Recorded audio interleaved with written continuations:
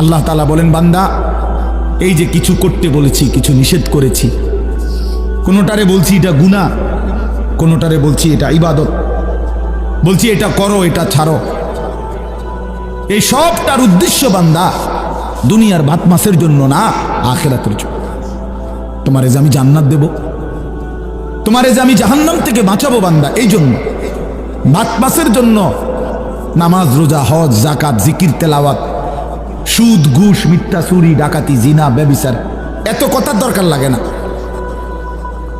ভাত তরকারি তো আমি জন্তু জানোয়ার, কুকুর, বিড়াল, শুকর, বাঘ, ভাল্লুক, সিংহ, হিন্দু, বৌদ্ধ, ইহুদি, খ্রিস্টান, নাস্তিক, মুরতাদ, সবাই রে খাওয়াই বেটা, সবাই রে খাওয়া। যে আল্লাহকে মানে না, স্বীকার করে না, আল্লাহ তো তারাও খাওয়ায় না। নাস্তিক যে আল্লাহকে মানে না, আমি নিজে দেখছি খুলনায় যখন আমি চিল্লা দিছিলাম, তখন একবার আমি কয়েকটা ছেলেকে দেখছি, ওদের সাথে আমি 1 ঘন্টা কথা বলছি।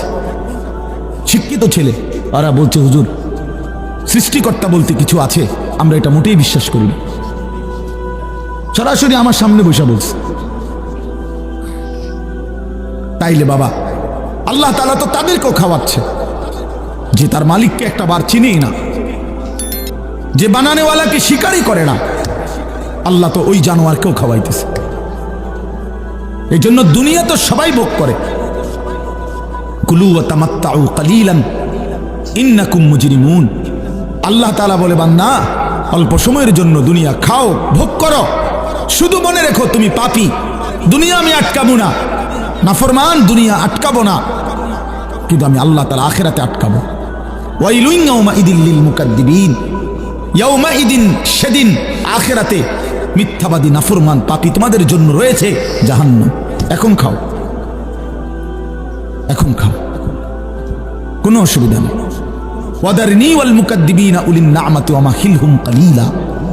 আল্লাহ বলছে এখন ছেড়ে দিলাম, দুনিয়া আটকাবো না আমি, তবে মনে রেখো ইন্না লাদাইনা আনকালাম ওয়া জাহিমা। আখিরাতে আমি নাফরমান তোমাদের জন্য রেখেছি আগুনের শিকল এবং জাহান্নামের আগুন। ইন্না আ'তাদনা লিল কাফিরিনা সালাসিলা ওয়া আগলালাম ওয়া সাইরা। আল্লাহ বলে সমস্ত নাফরমান বেঈমানের জন্য আমি আখিরাতে রেখেছি 3 জিনিস, আগুনের শিকল, বেরি এবং জাহান্নামের আগুন। 70 হাত লম্বা, 70 জিরাআন আগুনের শিকল। আর বেরি, বেরি কিতা তাফসীরের মধ্যে আছে, সূরা ইয়াসিনের মধ্যে আছে। হাসরের ময়দানে ফেরেশতারা নাফরমান পাপীকে, ছেলেরা, বাবারা, দেখো এইভাবে 2 হাত পিছন দিয়া বাইদা, এরপরে এই থুতনির নিচে এই হাতের এই অংশ এইভাবে ধাক্কা দিয়া হাসরের ময়দানে ফেরেশতারা নাফরমানকে বাইধা দিবে এইভাবে।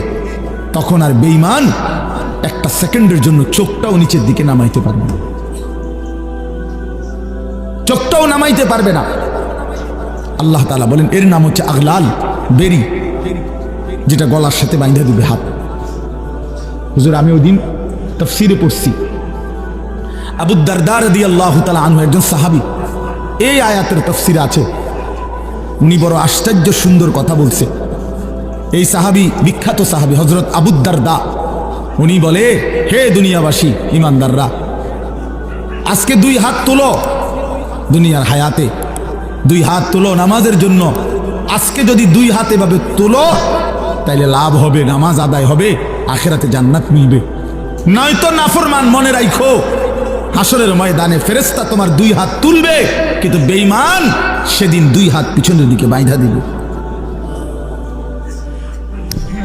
হাত 2টা তুলতে হবে নাফরমান। আজ তুললি না, আজ তুললে নামাজ হতো, সেজদা হতো, নামাজের নিয়ত বাঁধা হইতো, কিন্তু সেদিন ফেরেশতা উঠাবে, ওইটা পিছন দিয়া বাইন্ধা দিবে, আর কোনোদিন চোখ নামাইতে পারবে না। এজন্য প্রিয় ভাই আমার, ছেলেরা আমার, বাবারা আমার, আমাদের এই সমস্ত বয়ান, আমি দেরি করছি না, এই সমস্ত বয়ান, এই যে এত ওয়াজ, এত মাহফিল, এত ওয়াজ, এত মাহফিল, উলামায়ে কেরামের এত চিল্লা চিল্লি, মসজিদে জুমার বয়ান, মাহফিলের বয়ান, দাওয়াত ও তাবলীগের বয়ান, আরে ভাইয়া সবটার ফিকির আখিরাত। আখিরাত দুনিয়ার জন্য না, দুনিয়া এমনিই চলে। যারে আল্লাহ হায়াত দিছেন তারে আল্লাহ দুনিয়া খাওয়াবে, এটা আল্লাহর ফয়সালা।